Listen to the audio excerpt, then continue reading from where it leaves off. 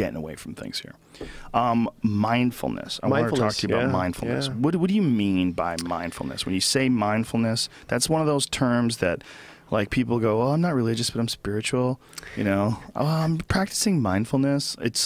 I love it as a thought, but I don't like all the baggage that's attached to it. And I think that most people who aren't doing it don't know what it is. Right. And I say, "Oh, you know, developing a meditation practice will be good for you," and I get the response, "Oh, I can never shut off my mind." Well, that isn't the point of meditating. It's like, you know, the point of going to the gym is not to be strong. The point is to lift weights. Like there's an exercise. Meditation is a practice you do, and you might get to a quieter mind, but the practice is not quieting your mind.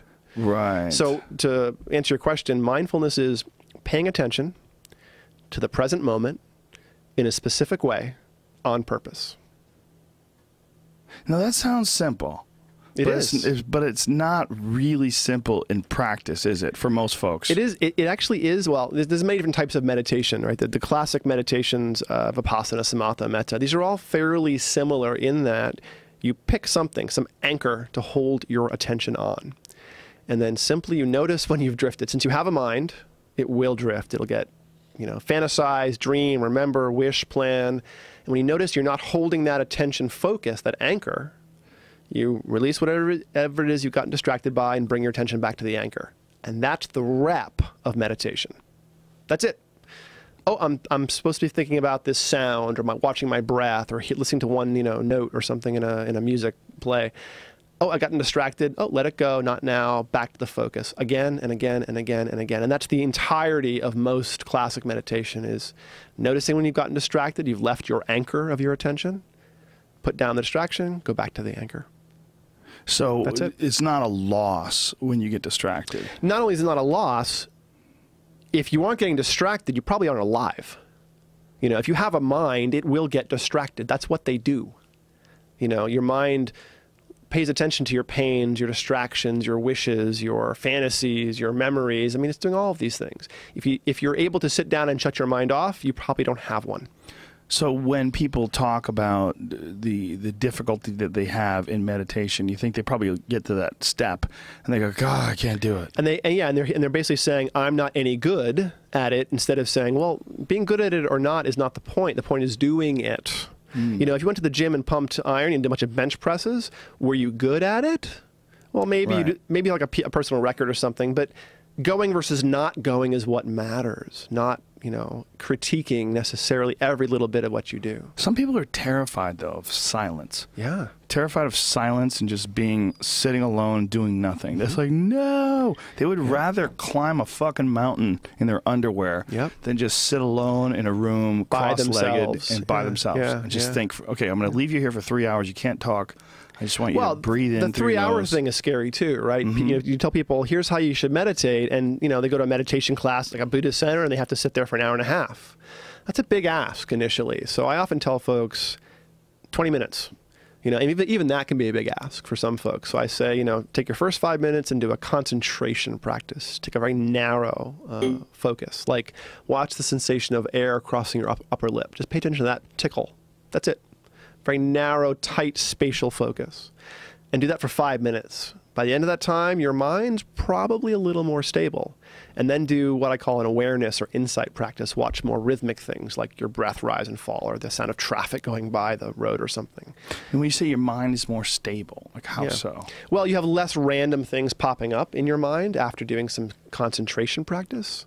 It feels less busy, less of the monkey mind chatter. It's still there, but it's a little less insistent when you've done some concentration practice. I mean, concentrating on anything sort of directs your attention resources and what you're thinking about. And if what you're really thinking about is simply attending, focusing for its own sake, then you build those resources and build more strength and resources in focusing.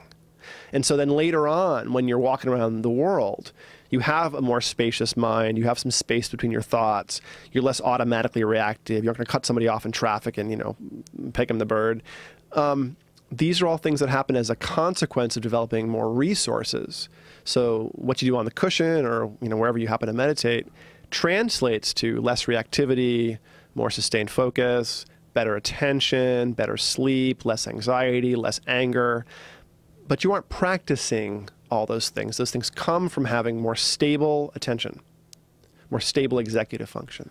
I sort of feel like a lot of people operate on momentum, and that they that momentum oftentimes is like nipping at their heels, and they can never rest. It's like the momentum of all their past actions and thoughts and the things that they have to deal with in their life, their bills, their responsibilities, all that stuff is sort of pushing you. Sure.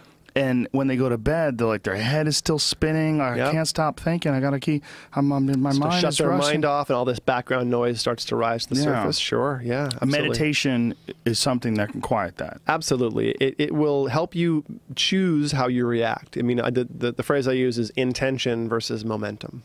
You learn to choose and to act versus react, and to be, act from a place of choice and control instead of always, reeling based on your environment. Do you use sensory deprivation tanks? I have not. It might be fun to do, considering I have a sort of ecstatic shamanic You have history. not? I have not used float tanks. No, I've never done float tank. That's crazy. I know, right? I've never ended up in one, really. I've been interested in it, but never quite happened. So. How does a guy like you not get into that? That seems really bizarre to me. You can't try everything. I mean, there's all kinds of things that I've gotten into. Yeah, but that's the motherfucker. I can't believe you haven't tried that.